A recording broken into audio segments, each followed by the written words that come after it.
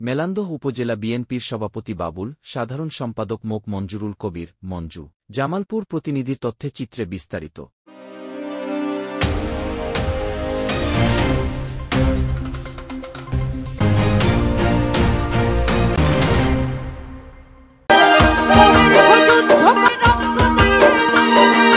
ব্যাপক উৎসাহোদ্দীপনায় জামালপুরের মেলান্দহ উপজেলা বিএনপির দ্বিবার্ষিক সম্মেলন অনুষ্ঠিত হয়েছে।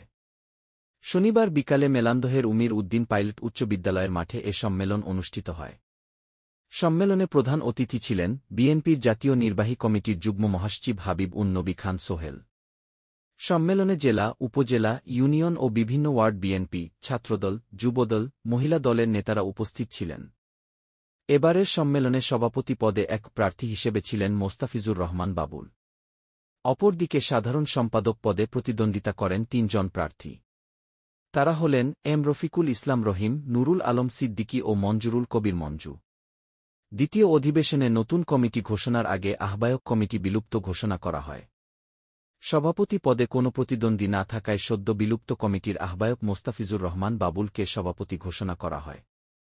সাধারণ সম্পাদক পদে ৩ জন প্রার্থী থাকায় শনিবার রাতে সম্মেলনে উপস্থিত ৭৮১ জন কাউন্সিলরের প্রত্যক্ষ ভোটের মাধ্যমে মঞ্জুরুল কবির সাধারণ সম্পাদক নির্বাচিত হন।